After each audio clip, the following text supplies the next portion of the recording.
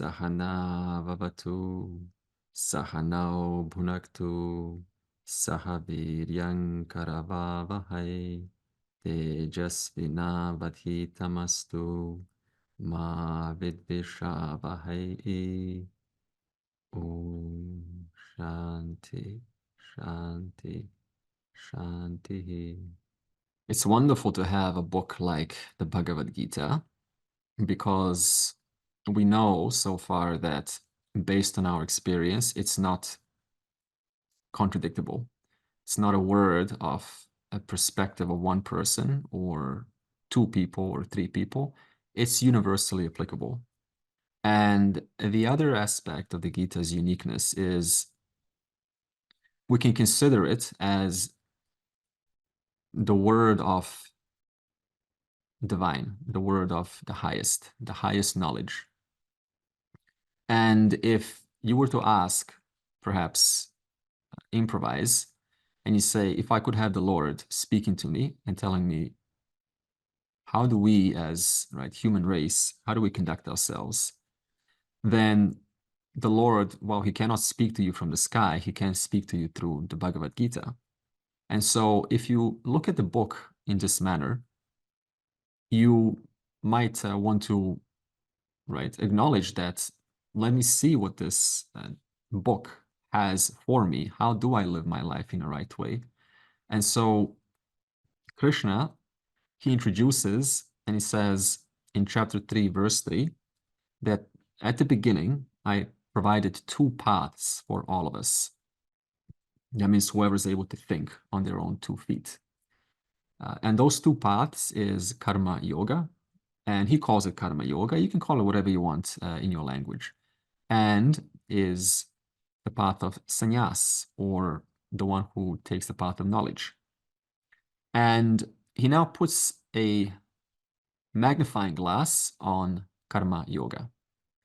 And so he says that karma yoga, which is, in this word, yoga is a practice and spiritual practice, and karma is an action. So you're turning a action, an ordinary action, your actions, the one that you do every day, your unique actions, into a spiritual practice, into spiritual benefit.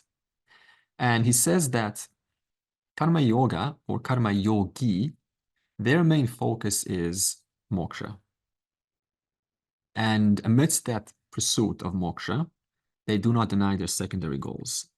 And this is a very soothing statement, really, because if you have relatively clear mind, and you will see the value of moksha, and you will see that the only real pursuit here is really just total freedom, right? Reclaiming what I always was, what I am right now, and what I always will be. So just reclaiming what you are. It's not, you're not getting something different than other than yourself. And you realize this is the highest purpose. But in so doing, you also look around and you see that you've got things to do. And so you say, okay, so let me manage, the things that I have to get along with, but also let me not deny this, knowledge to myself. Let me, find some time to be involved with it, whenever it is, a weekly, monthly, or whatever it is basis.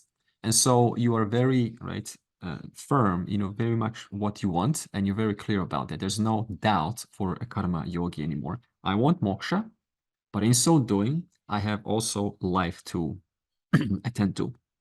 This much I am a karma yogi.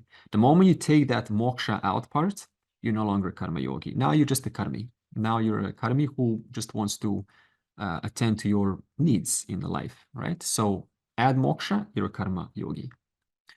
So he then says, this karma yogi, the question then is, what do they do? How do they, what's so special about a karma yogi? What, is there anything extra that they add into their actions? Because after all, it is a, their actions are yoga. It is a spiritual action. So what do you mean?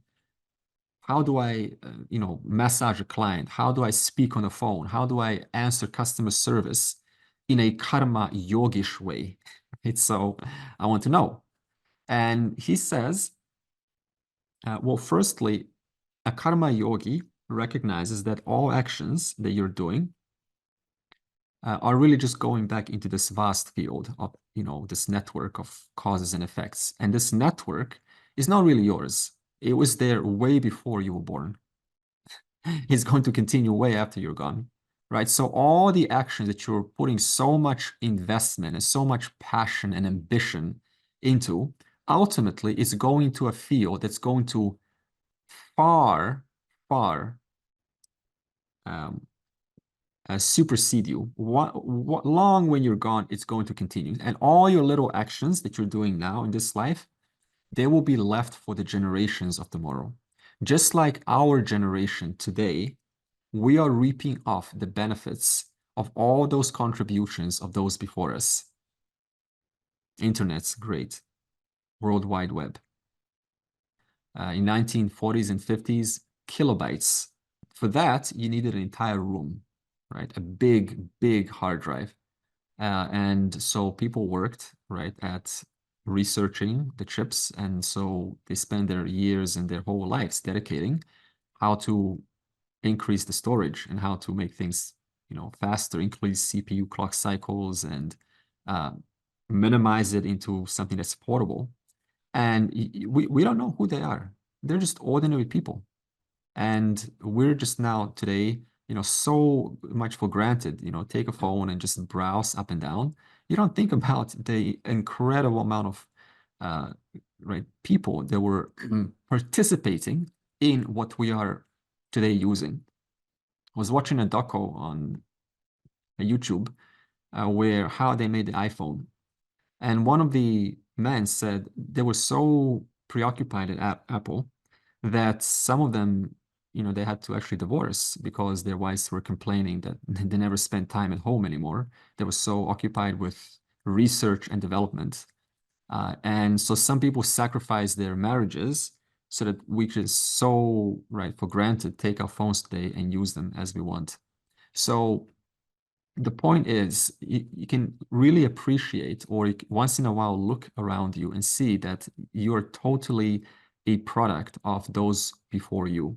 Whether we hated them or loved them, the point is they still brought us great innovations, which we're now using today. So really, we are in the luckiest, in the most precious, luckiest time ever before. There's really no reason to say that we cannot, or, my time is up. Because before, you see, in what, 200 years ago, when you were 40 or even 30, you were dead. Is anyone dead now and they're 30? Right? So we're having a very long life now, right? Because of all the pharmacology and medicines that we have. And that too is a product of, ordinary people working to the best that they can. So Karma Yogi brings all these connections, and they realize these connections are not right outside the order. They're all within Ishvara's order. And I am just one of the participants in this vast network. And people 200 years from now will be speaking about 200 years before. They will be speaking about 2026. Look at this. People 200 years from now, or even 100 years from now, so that's 2126. There will be people there. And they will be speaking about 2026. And we will all be dead. Every one of us. We will all be not there. That's amazing. There's this guy on YouTube, he restores old images, those old recordings where they used very beginner cameras with a lot of dust on the film. And so he finds those black and white recordings of like Switzerland, and there was one in India too, Mumbai, New York, London, Sydney. And so he finds that and he uses some advanced AI or video editing techniques, and he restores it to really very pure and like 4K resolution, removing all the dust particles and adds color to it. So it really brings it all to life. And I like to watch this because you can really see how they were, in the New York Times square, just crossing the roads, and the horses with the carriages, and just people with hats. Everyone was wearing a hat, and the children are just really kicking a can, and they're playing, in the streets, and it's a very friendly environment. I like to watch this because it keeps you connected to what was.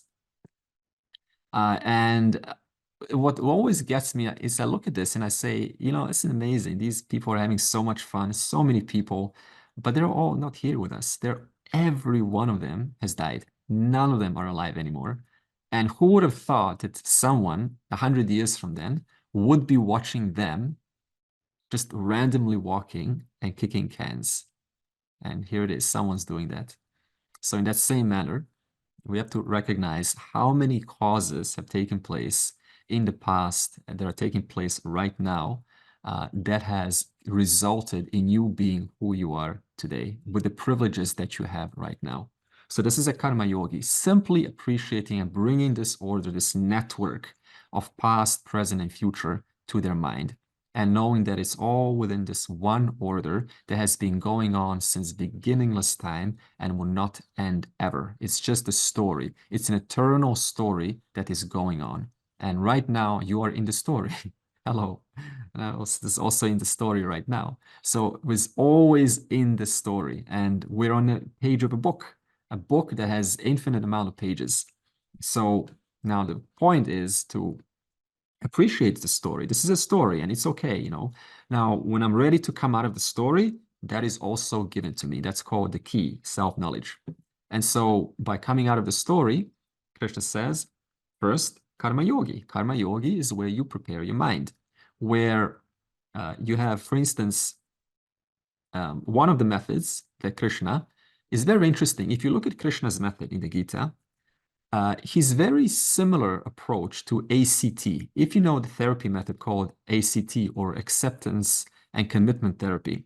And I was having this discussion, inquiry, and I thought, and this is interesting because what Krishna does is he firstly gets you to accept your thoughts and feelings. This is what he helped Arjuna to do. He says, Arjun, you have thoughts and feelings about this right situation. Accept them, because they're yours. They're not somebody else's. They are given to you. In fact, they're not yours. They're given to you for the time being. And don't accept them because they're good or bad. Accept them because they are going on for you. For that reason, you got no choice but to accept them. In fact, if you don't accept them, that becomes more painful because you have them. You have the thoughts that you have. Somebody else doesn't have your thoughts.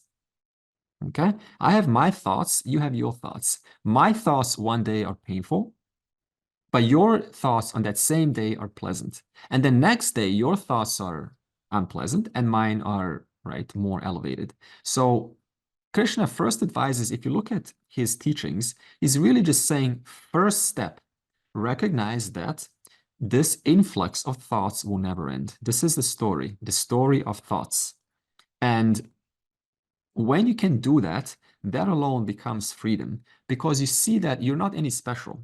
Just because you're having negative thoughts doesn't make you any worse than somebody else, because everyone has all sorts of thoughts coming in and out all day long. Everyone does. In fact, we'll go as far as saying they're not your thoughts. Not a single thought that occurred from your standpoint was your thought. It is not your thought. It's like standing in a room, right, and putting on a maybe VR goggles, right, or a television screen. And the television screen is sort of familiar to you, right? It's familiar. It's the images of people are familiar and the situations are familiar. And what Krishna says is, look at that story on the television, right? You like, wait, before you kind of jump in, you're observing the story, right? The story is a product of your, right, past decisions, right? That's fine. But look at that story. That story is given to this character. Just for a moment, wait, create some space and look at and accept. This is a story given to me. I can't help it. I mean, you know, in this vast order, just like you have for the longest time, this is your story. This is what's going on in your head. And you go, okay. So now, when I accept my thoughts, that because I have them, that's why I accept them. So why do you accept your thoughts? Not because they're right or wrong, on a simple basis that they are going on. That's why you accept them. Is there any other choice? Suppose you don't accept them. Tell me another choice, please. Don't accept them, okay? Now, if you don't accept them, then what are you saying about those thoughts? They're mine. Therefore, I'm not going to accept them because I am better than my thoughts, but they're not yours in the first place, right? So really, if you analyze the situation, even though accept doesn't mean to succumb to the thoughts, I'm a loser. That's not what I'm saying. Acceptance just means they're going on for me. They suck, but I can't do anything about it. Isn't this your experience? Let's get honest about it. Well, what else are you going to do? Right? They're not cool. They're not cool thoughts. What else I'm going to do? The next thing is he says, now that you've accepted that this is going on for you, because it is going on for you, then you say, okay, so now let me commit. That's why acceptance and commitment therapy. Now you commit to doing what needs to be done according to your highest values. This is exactly what he says to Arjuna. He says, accept your thoughts. You're going through this, Arjuna. You don't want to fight. You don't want to participate. But now that you've accepted it, go and do what has to be done anyway. Go and follow your highest calling because there's no other choice. Though I have accepted my thoughts, the follow-up then is not say, oh, therefore I do nothing. Because by doing something, you're throwing another cause into the universe, into the network. And that cause is going to help you to come out of whatever it is that you're going. Even a small prayer, a small visualization, a small opening up of your mind of possibilities, like what do I want? What do I want to happen? What is my end goal? What is my vision? What is my bigger vision of life? Even to do that for 5 seconds is better than succumbing and saying, I lost, right? There's nothing that I can do about this. So this is wonderful. That means there's always something little that you're given to be done. And thus, first step, acceptance of my thoughts because they are my thoughts. Second of all, now that I've accepted, let me commit. That's why it's called commitment therapy. Let me commit to doing what I have to do anyway, rather than going along with what I want or don't want to do. Let me go along with what is the right thing to be done. That's a huge difference. That's a huge perspective change. Rather than going along with what I would prefer to do or not do, let me go along with what has to be done for the greater good of my life and, the life that I value. Isn't that a much nicer shift to have? Okay, so what if you have likes and dislikes? Who doesn't have likes and dislikes, right? Who doesn't have, preferences, what I prefer? Everyone does that. But really, the universe doesn't care about preferences. The universe only responds to doing what has to be done according to that which is keeping with the harmony of your future self, your future life, and those who are around you. Therefore, one puts aside this whole notion of let me commit to doing what I like, distracting myself. I like to do that. No, no, no. Let me go and do what has to be done anyway. The next step, he says, so now that you've committed to doing what has to be done, once you put that into the field, then the next step per karma yoga is recognize that there are too many variables that are affecting the final outcome. So now that you've done the best that you could, the point is it's not one person who's going to be the decision maker on what you get back. It will be at least 5. In fact, even if it's one person, that one person, suppose they have a daughter, and the daughter comes back with bad grades from school. And now she tells the father, and the father gets upset. And the father is the decision maker, which you depend on to get a promotion. And because he doesn't feel good about the daughter situation, that affects your job interview. And he says, no, I don't like you because you remind me of his daughter. So now you lost, right?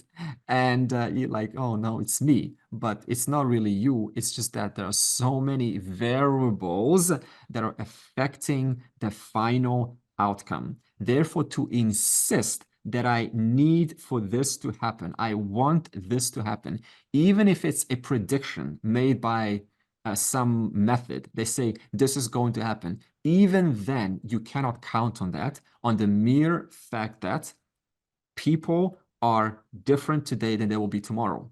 They might say yes today, tomorrow something happens, and they suddenly say, no, I don't have time for this. This is not right now, not in this way, not like this. In fact, look at this. All rejection is never about you. Did you ever get rejected? Someone said no. Any rejection, look at this. Let's redefine rejection. Any rejection is simply like this. Suppose that Lord incarnate, suppose you were a Lord incarnate, right? And you have all knowledge right now, right? Right now in your head. You're able to access anything about anyone, about their life, about where they're heading. This would be cool, right? And someone says, no, I don't want to talk to you. Leave me alone. You're like, okay, cool. I'll leave you alone. That's what you want. Let me go to the next person. Somebody else, you say, you're, divine-ish way, you greet them, and they're very uncomfortable. And they leave me alone, I'm busy. And you're like, okay, fine. The third person, same story. Now, the Lord, you being the Lord incarnate, you're not taking offense to this. The reason is because you know that every one of those three people said the same thing. They said, it goes like this: not right now, not for me, not in this way. In other words, not right now, because I got things going on, right? There are 10 more people in my life who I have to attend. Therefore, not right now, please. Not for me. In other words, I grew up in a different culture. I have different preferences. I am helpless to my preferences. I want some different kind of face. I want a different kind of approach. This is too scary for me. Therefore, it is not for me. And not, or because I'm already busy, I already got my life handled, or not in this way. In other words, what I prefer, since I'm living in my images most of the time, 99% of the time, that's how most people live. They have expectations how to be approached. They have expectations of how to be, introduced to somebody else. Since most people are living from their images, they simply say, not in this way, because my fancies, my expectations are not keeping with the way that you have approached me. You as the Lord incarnate understand this. Not right now, not in this way, and not for me. That's all rejection is. It was never about you. It was just the person saying, not right now, not in this way, not for me. I hope you feel better about the rejection now.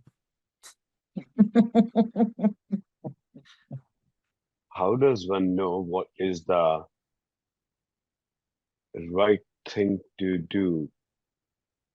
It becomes uh, it becomes challenging because sometimes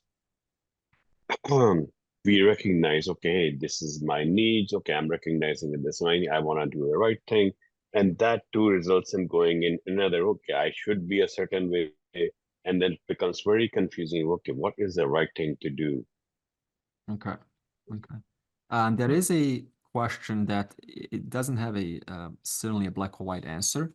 I find that question also something that's an experiment. I look at that answer to that question, it's an experiment. The whole life is like an experiment, like you're in a lab, right? And you got many chemicals to mix. And you don't know quite which chemicals to mix because the instructions are not there. And let's face it, in real life, we don't have the instructions looking. It's not like you're wearing, maybe we will do this one day. Look at this, you're wearing goggles, right? Apple goggles, and a little screen, right? How to act in public, what to say, what lines to deliver, right? This will be, cheating. But we don't have this. So it's really just, I have to try out and I have to see, was this fair for me? Was this fair for you? Was this bringing us closer together? Did this take us apart? Has this denied my needs? Have I violated my boundaries? Have I been nice to you while secretly keeping resentment inside me? Have I made small sacrifices to please you while inside what I was really saying is I really don't want to do this, right? What I really want to do is something else. And you have to be really honest to yourself to not only protect your own needs, but also because we're dependent upon other people's relationships. This is how we grow. You also have to, right, sincerely care and not completely turn them off because you're so preoccupied with preserving and protecting your needs that it becomes like, Right. I totally don't care about you. So really, there's no other choice.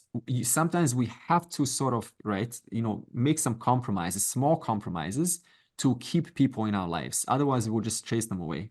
But at the same time, first and foremost, because you are the center of your life. There's no one else who's the center. You are the center of your life.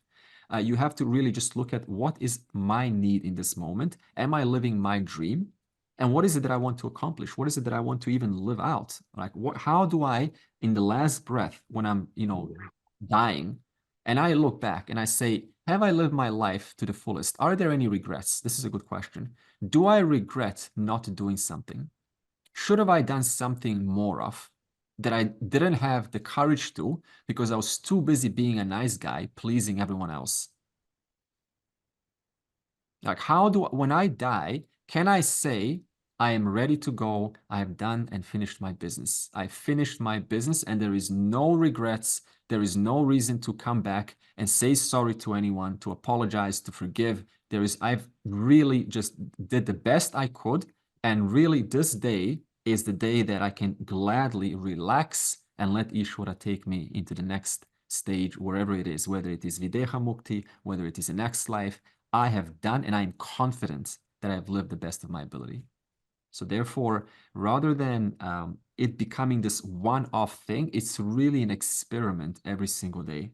And as you know, any experiment, mistakes are inevitable, right? So we have to be okay with being a person who's going to screw up and sort of fall down, and who's going to get, sometimes rejected for not being, sometimes not, giving enough attention to the other side, or there will be breakdowns. There will be, new chapters of your life. This is how it is. There's no way to make it one smooth journey because no one really did. In fact, if you look at any avatara, even Jesus, who gets here, laid on a cross. Now, whether that happened or not, that doesn't matter. Just suppose it happened. Who gets laid on a cross, wears, disrespected and thrown stones over. And then Rama, whose wife here gets, kidnapped. And then you have to travel to some island and you have to discover her. And then, who gets exiled to the forest for, for so many years, and then has to, go from status of king or prince into basically a beggar or something, right? So even an avatara hasn't had a smooth life. This is how it is here on this place we call the, Bhuloka. And so we have to be okay with that. And that's called acceptance. Acceptance, this is how it is. So really, it's really important to drop this idea of this once upon a time that we had as small children, this utopian dream. When I grow up, it's all going to be good. Remember that? When I grow up, it's all gonna be good. My life is gonna work out, and I'm gonna marry, and da da da, and my kids are gonna be so successful, and everyone's gonna like me, and I'm gonna be so healthy. We just have to drop this because this is a Disney dream given, but the reality is very different. It was a coping thing, but so this is great power. Just to accept that this is how things are. This is why it's powerful, because it takes you out of this complaining mode that there's something wrong with me. Nothing's wrong with you. Everyone's going through a time in life, through a stage in life. And you just got to do the best you can because it really is an experiment. So even though our goal is to realize our true nature or recognize it, at the same time, there's another thing to recognize. Okay, if I am not there right now, and that's okay, that's not how I'm experiencing myself. Like there's like a dual thing I need to recognize. Yes. So on one hand, we have Vyavaharika, so the empirical, at the empirical level, right? There is pain and there is pleasure and you got to do what you got to do, right? You got to take care of things. There's no other way.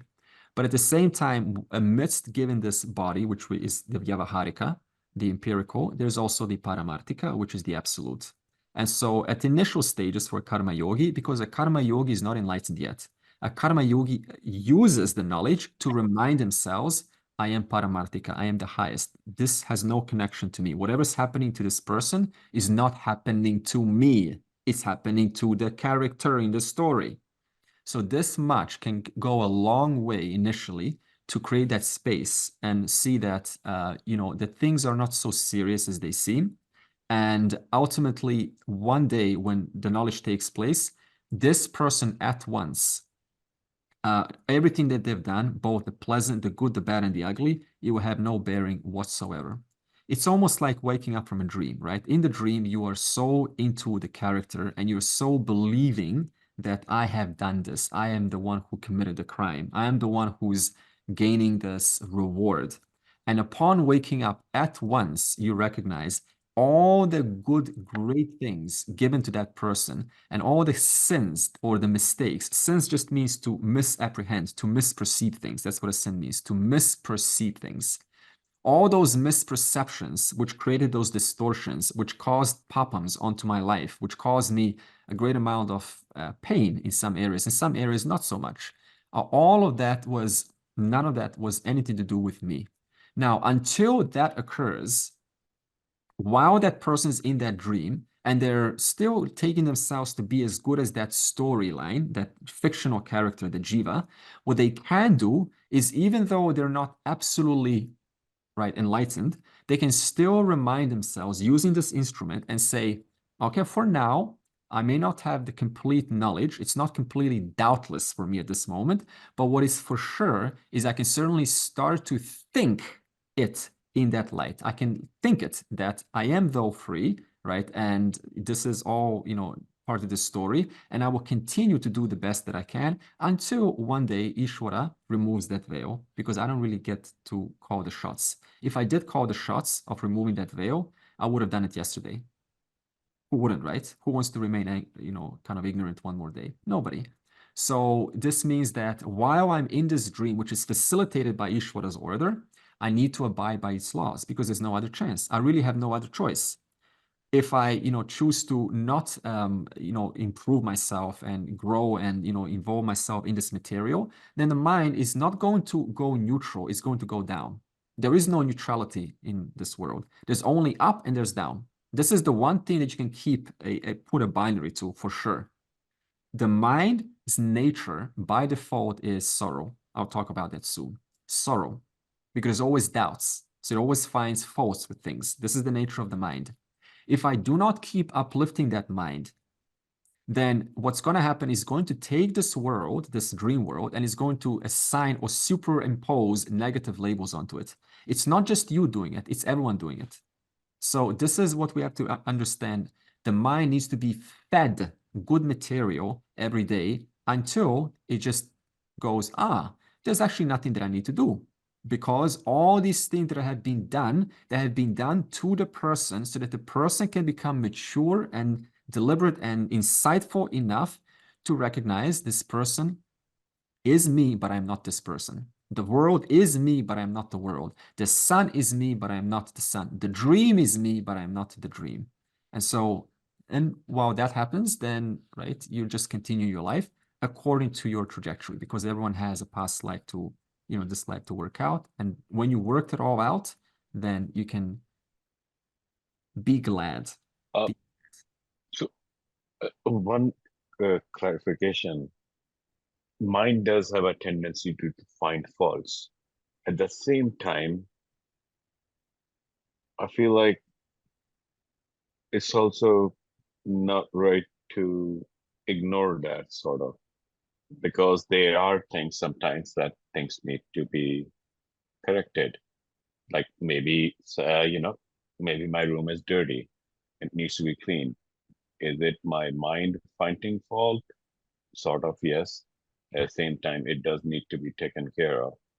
Yeah, true. So it's a double-edged sword. On one hand, it does find faults, it does doubt, and this is a survival mechanism, especially 200,000 years ago. You had to, right? You had to find you had to doubt if you stepped outside the boundaries of your tribe, you would be killed instantly.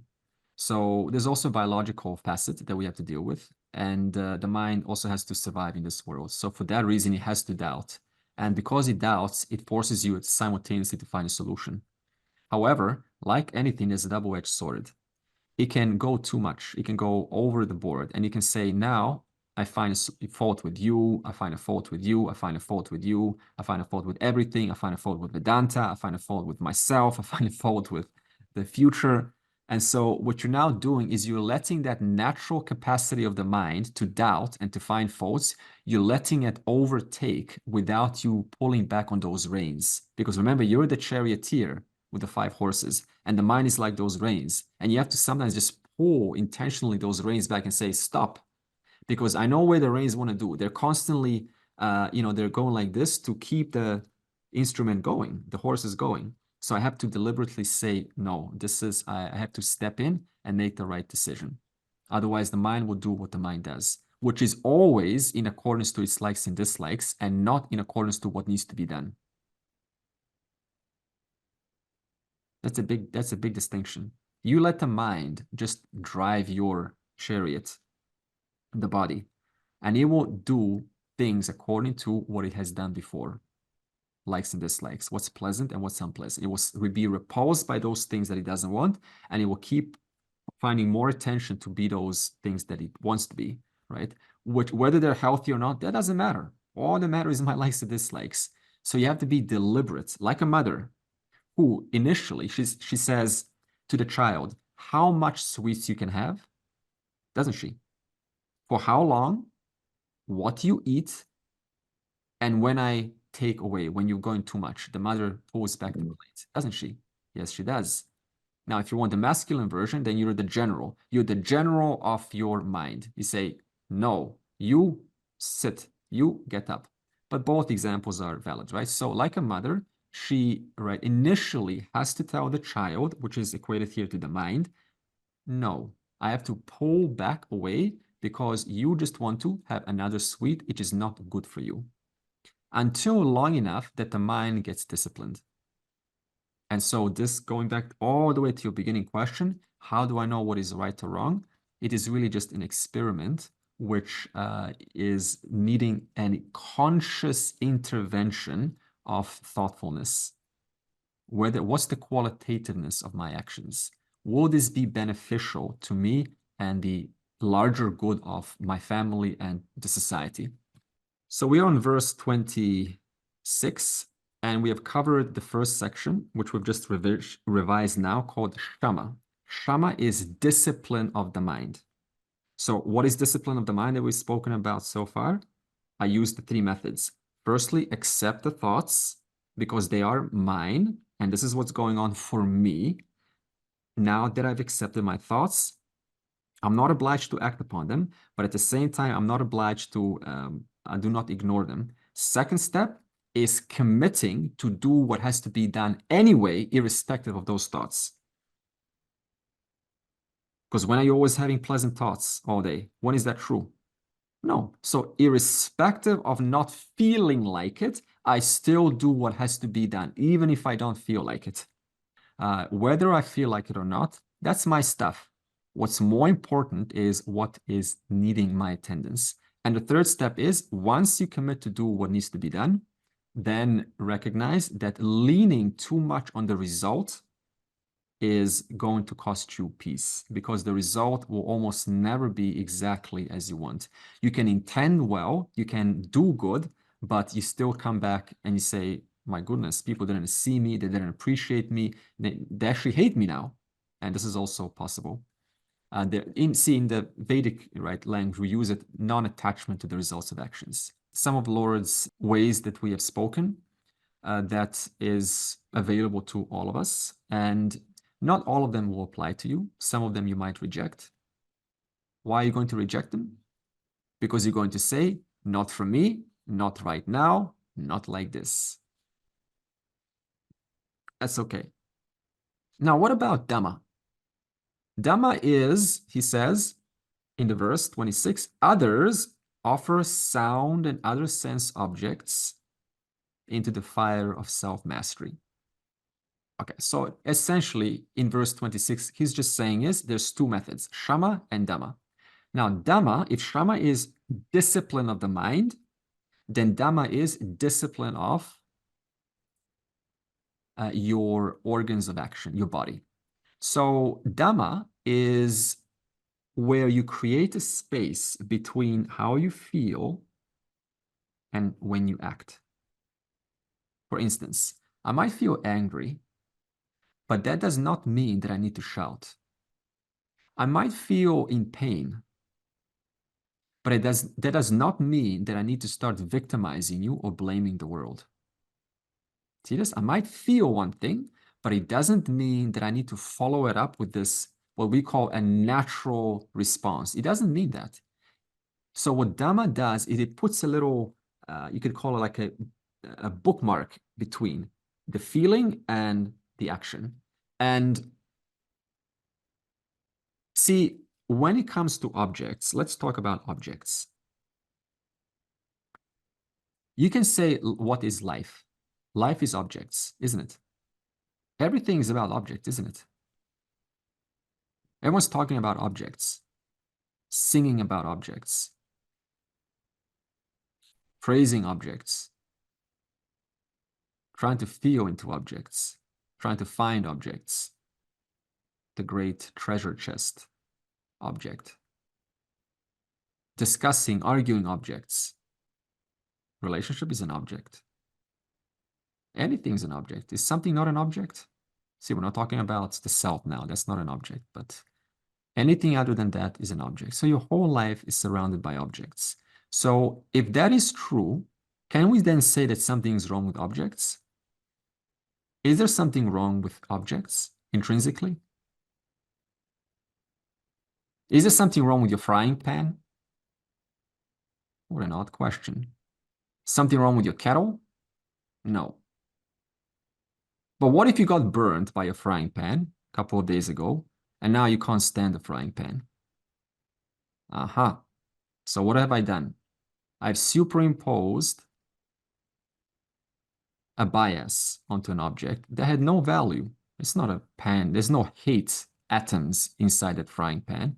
That means something happened, and I have attributed what an object is not. And thus an object becomes a problem for me. So an object is intrinsically neutral. Every object, this is a huge thing. This alone can give you so much calm if you really think about what this means now. Because isn't everything you ever say about an object, isn't every discussion, every complaint, every joy about an object?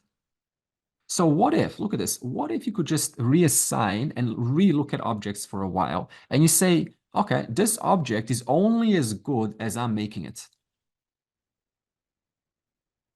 Okay. That means it's not really, worthy or non-worthy. It's just as good as I want it to be. It's only as precious as I'm making this object to be precious. It's only as attractive as I'm making it attractive. It's only as repulsive as I'm choosing or imputing my notions of repulsivity onto it. Could that perhaps change your relationship to objects by re-seeing their value as only as good as you are putting the value onto it? Could that not make your relationship to objects easier and not lean upon them so much for a sense of well-being, considering that that object wasn't there at some time and you were just fine? And then one day that object comes into your life and suddenly you need that object for survival. How did that happen? In other words, we convince ourselves slowly, through the association, repetitive association with an object, that this object is indispensable for me. So what we need to do is recognize and reassess, what can this object truly do for me and not do for me? Can it really give me moksha? Can a frying pan really give me moksha? Or indirectly, yes, because I need to cook food, right? But as far as that, can the relationship really, save me from my own, narratives? No, it can only cover up narratives. It can't save me from my narratives. I need to save myself from my narratives.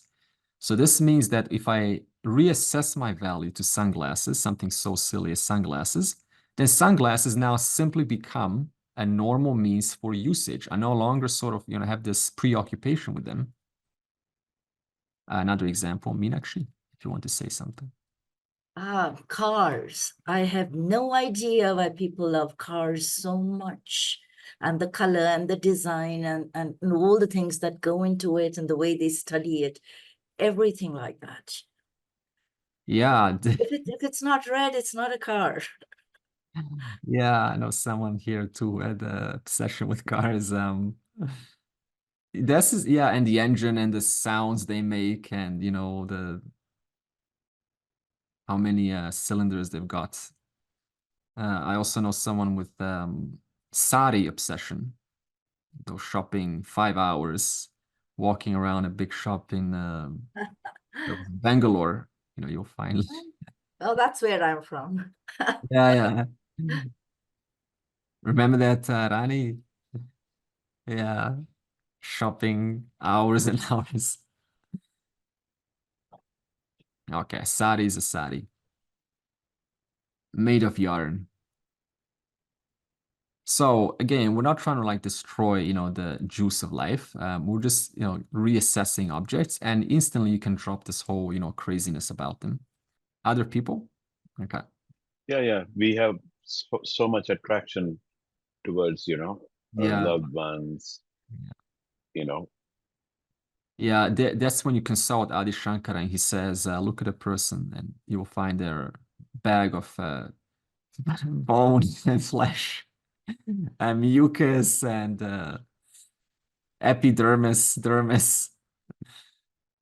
And then just imagine them, all falling, down and just skin peeling away and give you some perspective, kind of to offset that super attraction.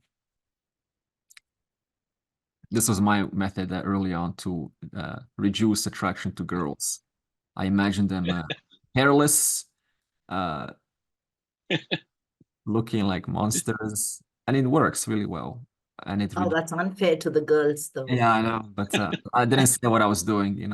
They had big clown noses and everything, and that balanced out my unusual attraction. So see what you gotta do is what you gotta do, right? This is your method. I'm sure you got some other methods you don't want to share, but say, for example, I have a fascination to come to India from Canada. It's absolutely weird as I come. I realize the place has got no meaning right now. It's the same. Wow, that's huge. Look at that. So you went to places and now they've got no meaning whatsoever. Yeah. I relate to that. Anyone else where you was just this place, whatever it was, huge, best thing ever. A vortex to the portal to the new world.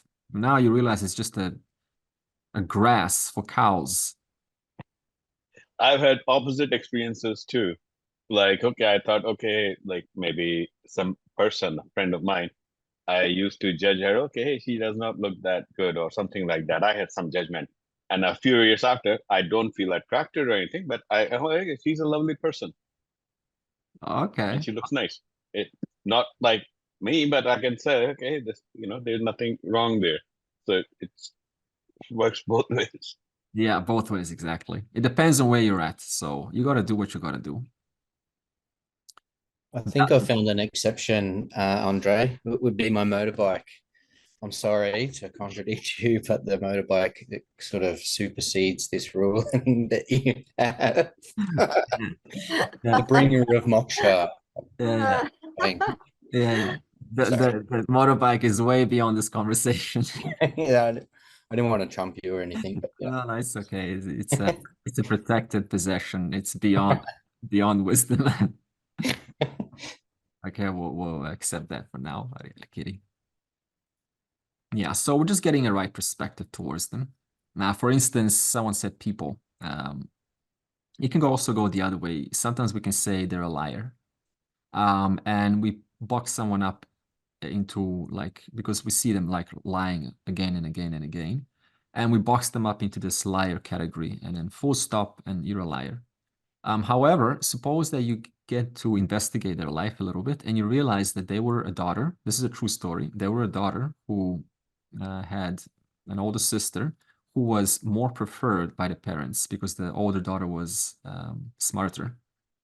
And the smarter daughter was more, right, complimented by the parents. So the younger daughter felt like she was ignored and unimportant. And the only way that she could get that need of love is by exaggerating her stories, which you see as compulsive lying. And so when she's an adult, she has to get that attention because she didn't get it as in her younger years. So from our perspective, she's a liar, but she's just trying to meet her needs. So if you look at it a little bit deeper, then it's much harder to put people into black or white boxes if you see their story. Because nobody really likes to lie. People know what lying is. Everyone knows they're doing it, but they can't help themselves because of these unresolved issues. So even this, she's an object, and I'm just reassessing the value towards this object or whatever this object is, right? It's universally applicable. So this deeper, this depth of thinking is what helps you reassess, and it requires some thoughtfulness. Otherwise, if you don't apply thoughtfulness to an object, your mind will be forced to remain where it's at right now, isn't it?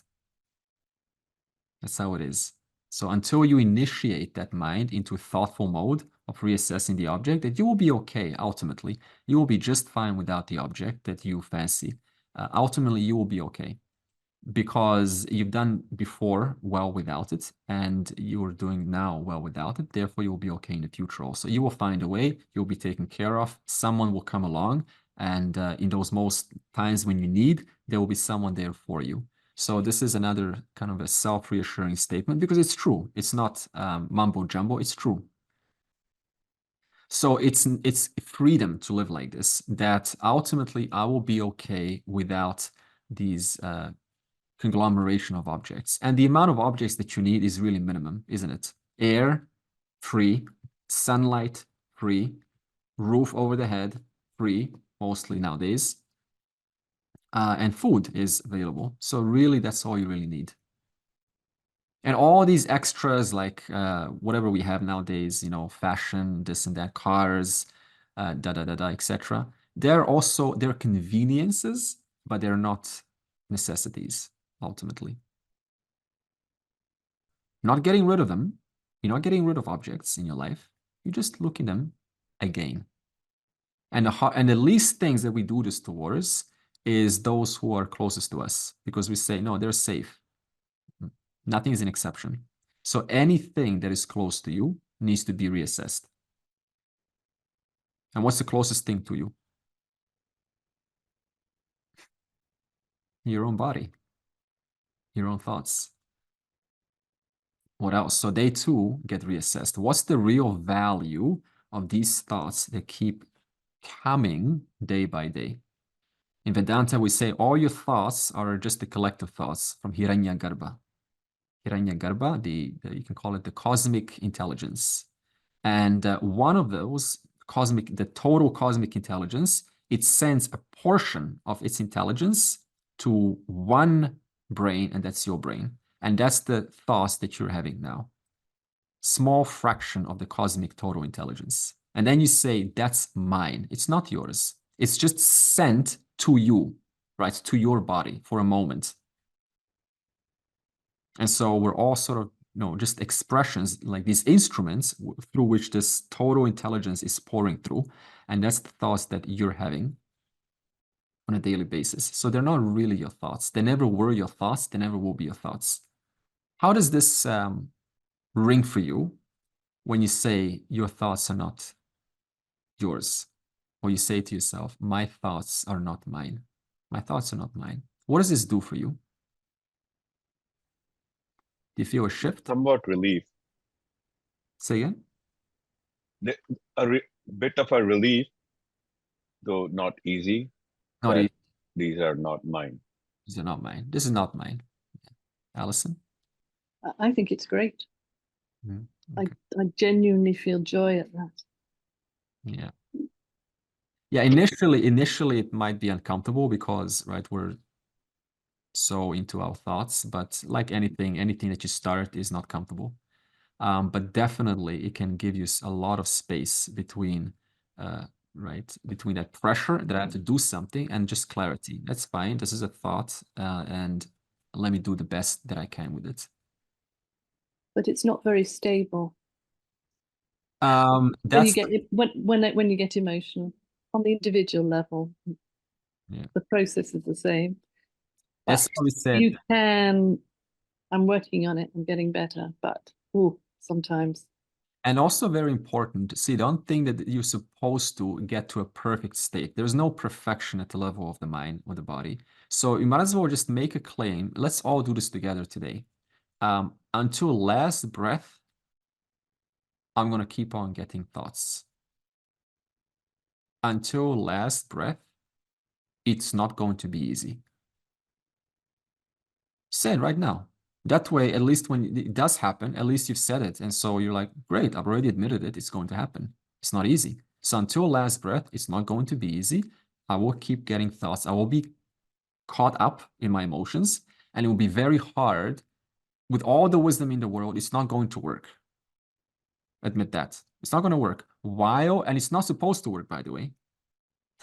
Understand? So don't think that, oh, look, I've got the Gita in my life, and I'm in this moment that's, lasting a week so far, and my Gita knowledge is not working. Find me a person for whom it is working 100%.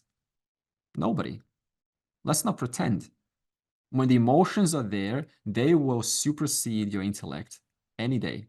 So what you have to do is slowly introduce slow thoughts once in a while, but not too much, because there's no space for philosophizing when you're in that moment. Very simple. Prayers work, redirecting the mind every once in a while to the other alternatives, to the other options. What is your method, by the way, when you're in that moment of caught upness? What is your way to remind yourself? Alison. And this too shall pass. And I've remembered all the times that they've absolutely, I don't know where they've gone, those feelings actually. Where have they gone? That is a real mystery to me. That's something I'm thinking about at the moment. All my experiences, where have they all gone? Yeah. It's just, yeah. And I do remember that silence in me that has never changed. And I put those together. Yeah. A mystery. Yeah. It's also like the 5 elements. Yeah. Matter just reshuffling itself. Yeah. Thank you. Yeah, Andre. So I was just going to answer the previous question. I was just thinking about it. So if I turn off the ego, then none of the thoughts are mine. I mean, I'm just saying in that sense, if you turn off the ego thought, if we were to be able to do that, I mean, I know we cannot, but if that thought is not there, then none of the thought is mine. But turning off the ego, no, ego is going to be there always. You can recognize the ego you're free of the ego, but the ego is still going to be there. Because the ego is that which owns the thoughts. It's that who feels, the feeler of those emotions, that's the ego. You see? So to turn off the ego, what you're really saying is I'm going to turn off the feelings. Is that possible? No, because to turn off the feelings is to turn off the brain. To turn off the brain, that's called physical death. So therefore, I cannot get rid of the ego as long as I am wearing a body. Even for a wise person, the feeler, the one who feels those emotions, that is the ego. Therefore, we cannot kill it. We can simply recognize the ego. Despite its presence, it has nothing to do with me. I don't know whether it was one of your talks or not, or maybe I just heard it somewhere else, but this whole idea of substituting thoughts, when I have a thought that I don't like, and I know it's not going to make me feel better. I just try to think of something along the same line, but that is more positive. And sometimes maybe I spend more time thinking, well, why am I thinking that way? And I'll spend some time thinking about it and trying to analyze myself a little bit. But I just think it's just the discipline and getting out of the habit of jumping to negative things about people and Yeah, things around you. definitely, definitely. This is important because the society, right, or not just society, it just seems to be a default method of the mind to go towards that gloomy path or something that's darker in nature. So you have to really just actively reorient those thoughts to something that's brighter. Otherwise, if you just let your mind go towards the path of how the mind wants to take you, it's not going to be a good time to be with. You're not going to like yourself very much. So that constant initiative to say, okay, but what else? What else? Let me deliberately find the positive in this, deliberately. And I know, and I get it. In your experience, is it natural to want to deliberately find something positive in that time when the mind takes you towards the other way? Does it feel natural for you? Or you just want to sort of let your mind keep on going towards this thread of one gloomy thought associated to another thought, and another, and it's never really uplifting, is it? Now, does it feel natural in that moment to consciously intervene and say, oh, stop, let me pull you out, let me take you towards the other way? Does that feel natural in that moment? Yeah, Kara, I can't hear you. It's a habit. It's a habit. You get out of the habit and you just get in the habit of doing something differently. It's a habit, and that's why it's not natural. Starting a new thing like riding a bicycle is never easy. Yeah, very similar to what Kerry said. Sometimes when I get this kind of thoughts, for example, in my office, if someone is very rude, disrespectful or something, initially I'll think that this is not the way this person should behave and things. But then later I'll understand, oh, she just lost her mom 2 months ago. Maybe that's why she's behaving like that. So you need to give a benefit of doubt. So let her be. Don't take it too seriously. Similar things like my mother-in-law is 94 years old. She's grumbling. She's making a lot of noise and things, and she's complaining. And then she's 95, 4 years old. She has aches and pains, and so I always have a negative thought and then compensate with something to explain like why it's happening and then deal with it and then move on. Yeah. Good. So this is a very good practical example. You follow up with that initial thought to balance yourself out. You need to maintain that. We call it yin and yang balance, right? Exactly. Consciously, deliberately, intentionally, repetitively. Will it end? Will you ever come to a time when you say, I've done it? No more? Most likely not, maybe, but most likely not. Now let's apply Dhamma in speaking. So remember, Dhamma is that space between what I feel and what I do. That's that bookmarker between. So in speaking, there are 3 principles in the Vedic model of proper speaking. The first is called Satyam Vada. Satyam means truthful speak. So this means that in any attempt to speak, when I communicate, I do as much as possible try to say as I see it, instead of kind of sugarcoating it or playing this game of zigzags or abstracts. Just say it how I see it. And this is the most safest way to reduce conflicts that happen in a conversation. Just say whatever you see, even if it's not so pleasant, or it may not be completely acceptable, in that dynamic. Still say it what you said, and then see what happens, because that honesty, there's a power in honesty, where you're just able to say, I have a clean intention to say what I really feel, right? However, when you say things that are truthful, it sometimes doesn't come across very well, does it? And this is why we have Priyam. Priyam means pleasant Vada, Priyam Vada. So Satyam Vada, truthful speak, and Priyam Vada is mindfulness in the kind of delivery that you offer.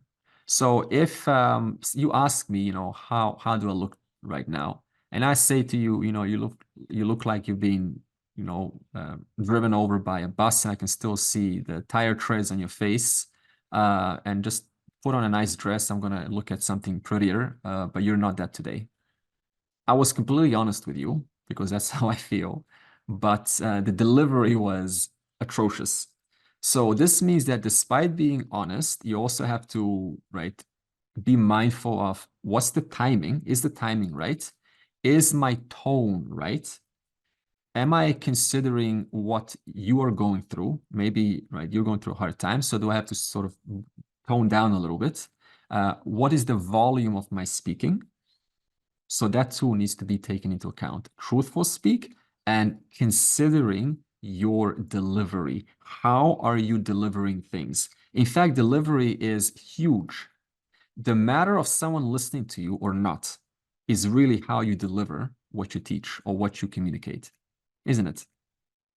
This is a difference whether people listen to you and how many listen to you and for how long they listen to you, and listening to once or twice and then that's it, no more.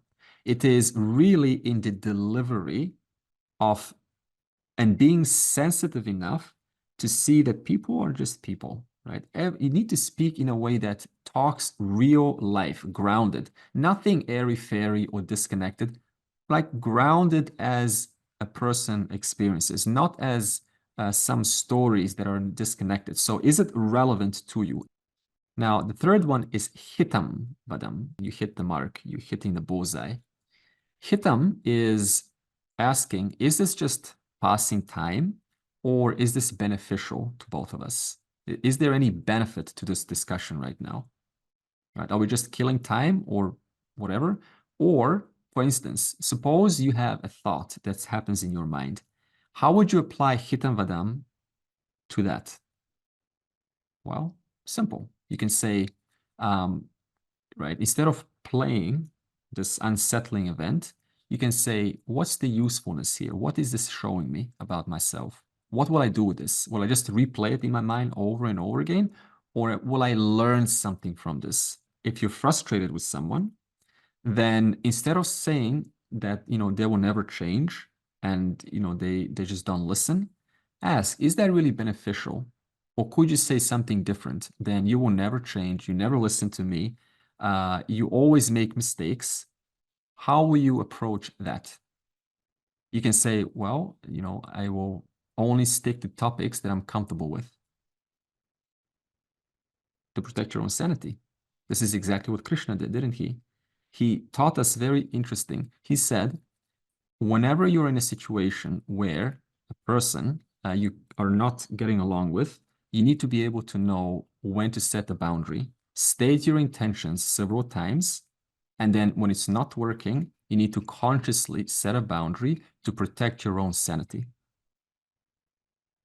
Because people don't know when to stop. They will always want your attention again and again and again. So if you just keep giving your attention to others, the question is that beneficial for you in the light of your own activities, what you want in life? Is that beneficial to you to just be this nice person who's always available to everyone, where 10 years from now, you realize that all you've really been doing is just giving, giving, giving, but you've really been neglecting your own needs. So therefore you say, look, I'm available, but right now I need to put focus back on my own work. And so this is also benefit and protecting your own value system. Verse 27, we will talk about more methods of self-mastery. 27, Sarvani indriya karmani, prana karmani chapare, atma samyama yogagnao, juhvati jnana dipite. Others offer all the activities of the senses and the organs of action unto the fire of self-mastery lighted by knowledge. Okay, so who are these others? The karma yogis. So they, in other words, how do they gain mastery? This is all about self-mastery by sense organs. That means what you see and you guide them by knowledge. As we used an example of a charioteer, but let's use a different example. Let's take the driver in a car. The driver is the controller. That's you. Okay. Now the navigation system in a car is the mind, and the car itself is the senses. Suppose it's got 5 wheels. So naturally, right? How is the car going to drive? Based on who is in control of the navigation system, isn't it? Who is in control of the navigation system? You are. So like this. Now suppose that you just let the navigation system do whatever it wants, or you let the horses go in their own way. What's going to happen? Suppose the horses, they just go towards the closest horse shed, or whatever the horses feel, that's what they do. Whatever they see an attractive horse over there, they're all off to the mating session. And you just let the horses do this. What's going to happen to the charioteer? The charioteer is going to start saying, I am losing control of my chariot, right? See, the society tells those horses what is worthy of pursuit, what needs to be, like, you need to have fair skin. Isn't it interesting? In India, you want what kind of skin? Fair skin, right? In the West, you want what kind of skin? Tan skin. So everyone's going through the same issue, right? So no one's kind of satisfied with what they've got. They're just following what the culture has told us. You need to have a certain kind of, right, recognition or importance or whatever it is, right? You need to be a doctor, you need to be an engineer. So everyone's always telling you what you need to be. Does this sound familiar? Yeah. Yeah, sure. Yeah. Now, suppose you're told what you need to be, and does that cause you to think independently on what you're actually built for, when you're too busy trying to fulfill what others have told you you should pursue? That doesn't give you any chance to think independently, to research what are you actually designed for that somebody else might find hard while you find easy. Yeah, so it doesn't allow us to think independently. And so for this reason, then we take it personally. When I look at this, I fail at those things which I'm not made for, and then I take it personally. Wow. In other words, my self-esteem gets tied up at failing at those things which I was not designed to be good at in the first place. You see the problem with this? Of doing what I'm told to do rather than pursuing by mere research of what I'm good at and then pursuing that. Therefore, a great mistake gets committed, and that is pursuing or tying one's self-esteem into a sense of accomplishment towards things which have nothing to do with you, but everything to do with those who have told you that you should pursue, who you will never meet. They don't even care about you. Tomorrow you will die. They won't even notice who died. But they certainly told you, you need to become an engineer or a doctor or this or that. And you said, yes, ma'am, yes, sir, I will do that. And then I fail at that. And then I take it personally, when it's not even my own thing. It's not really what I even want to do. Therefore, this is the issue with just letting oneself go along with the flow. Krishna dares you to be different, to be unique, to be who you are as a person, not who others want you to be. Can we acknowledge this? Being who you are as a person, not what others want you to be. That's really what's fulfilling. Fulfillment does not come in being successful at those things which the society has told you should be successful at. Fulfillment, relative fulfillment, is in doing those things that are keeping with your personality, with you, not your spouse, with you. That's fulfilling. And that kind of fulfillment doesn't require anyone's approval. It doesn't require the attention of anyone, because they don't understand you. You understand yourself.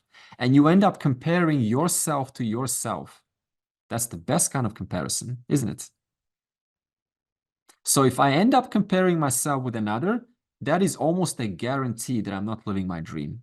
If I compare myself to myself from yesterday, that's a good indicator that you are on the right path, that you're following your own calling. We call it your calling, your huge calling. Let's just talk about some distortions. Suppose you are following somebody else's calling. What might be the distortion that arises from this? What about conceit? Conceit is when one has excessive pride, and therefore they engage in things to get attention from another, which is really interesting. Excessive pride, you might think a person is very confident, right? They're carrying themselves so high, but actually half the time, or even more than half the time, who knows, it's really just secretly looking for acknowledgement that I am a big person. That's where that excessive pride comes from. I'm a big person, so what I'm really looking for is I'm insecure, and I've turned it into this mask of, right, accomplished person, but what I really want is just to be acknowledged that I am a good person. So it's basically insecurity covered up. The other side of this is fake humility. Oh, I'm just a nobody. The other side is I'm somebody, and this side is I'm nobody. And both of them are really, one has a superiority complex, the other one has an inferiority complex. Both of them are arising out of insecurity, of wanting to be bigger and not able to stand who they are right now. So they want to get attention. One's with humility. So the way to cure this is very simple. And this is homework for all of us. Acknowledge before we leave. This is first person statement. I have skills. I am good and I am brilliant in what I do, but it is not mine. So all of us, let's acknowledge before we leave. I have skills and I am brilliant in what I do, but they are not mine. Important. Acknowledge right now, whoever you are, whatever background you are, I am brilliant in what I do. You are, because just to be alive means you have to be brilliant at something. Whether you believe it or not, I am brilliant at what I do. And I have skills, but they're not mine. That is how you convert both inferiority and superiority into a stable, healthy I sense. Next week, we will talk about jealousy, anger, and fear, and helping to bring them also to a balance. Can I just ask, Andre, what do you think about the prevalence of control in Indian culture? It's quite ironic, isn't it, that this book is arguably in some way from India, although it's definitely not, because it's knowledge, wisdom passed through the world. But there's such a level of cultural control in Indian culture that I find fascinating, that this kind of unpicks it, and this is a pivotal text. And yet it's ironic, isn't it, that in Indian culture there's the class system, the expectation of, whatever you said, doctor, engineer, different female, male roles. Have you got any take on that? I'll need some more help on this good question. Anything you want to say? It's not just India, right? Every country has its own cultural downside. I don't think it is that India is the only place that has. I think every culture has it. Yeah, I will go one way or the other. I'll go with that thread, actually. Yeah. The thing is, right now, I'm from India right now, living in India. Yeah. I've been out for much longer, but I've returned to my sister's place. I see so much of change in the statement that I heard right now. It is all equal. That's what I see. Yeah. This is the closest absolutely. Yeah. It's I was brought up in that kind of environment for sure when I was young, but now I see a completely different Indian environment. Really? So you were young and you saw a big difference than now, huh? Very true.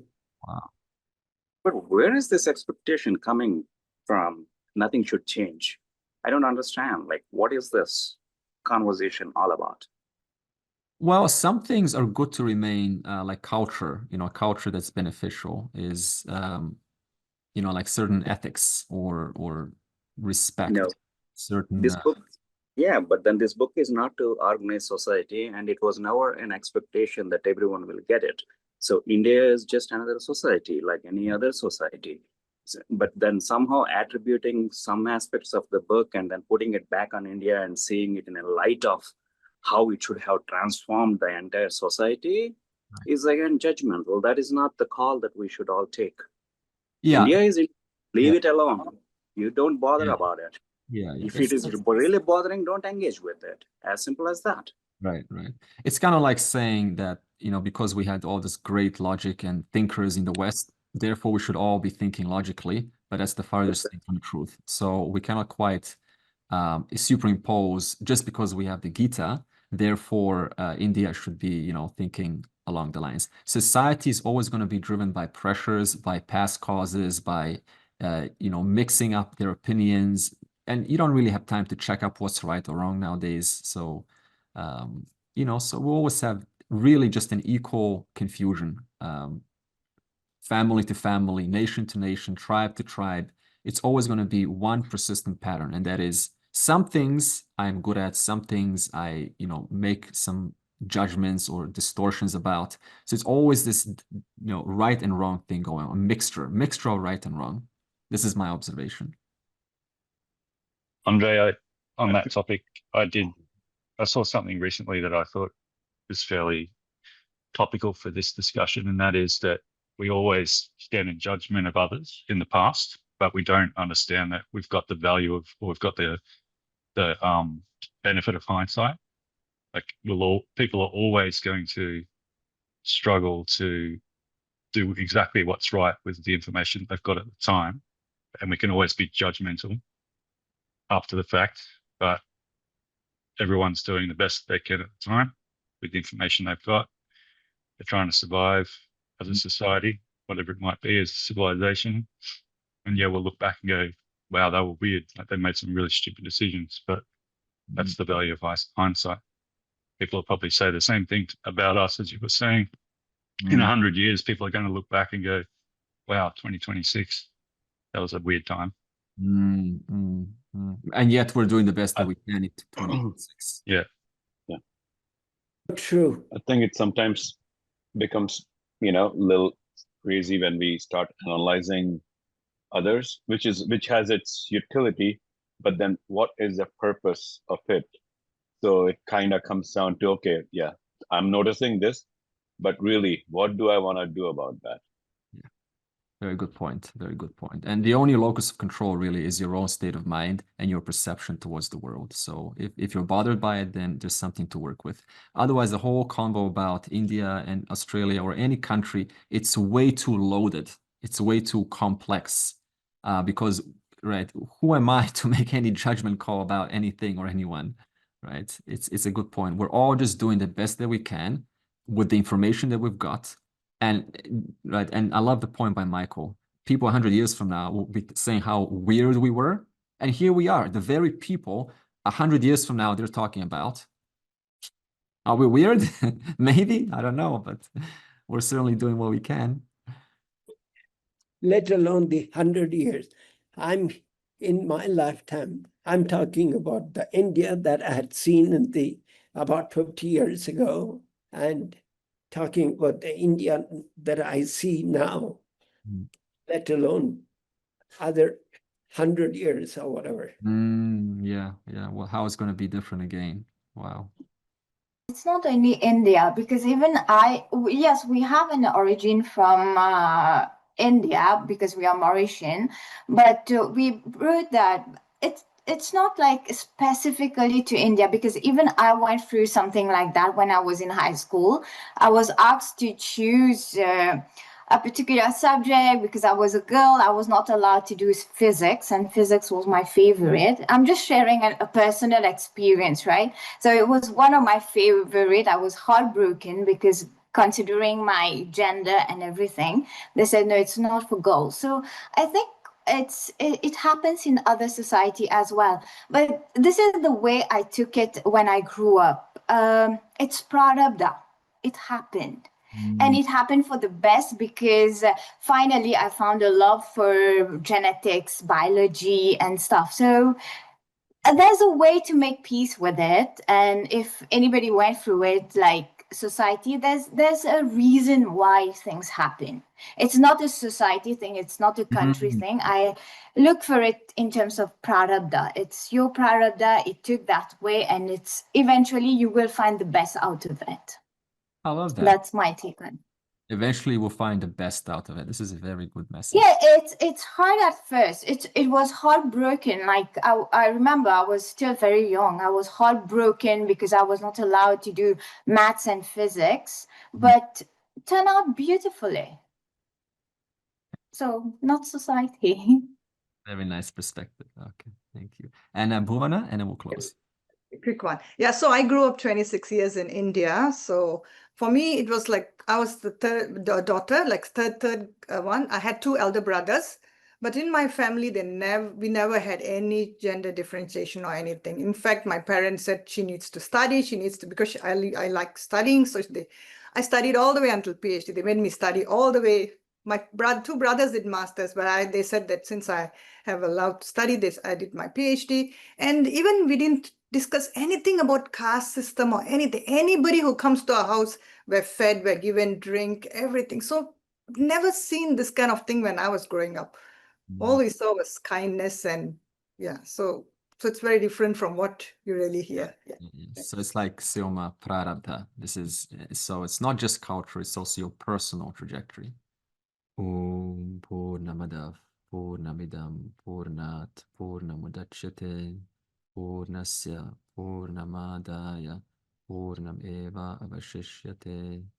Om Shanti Shanti Shanti.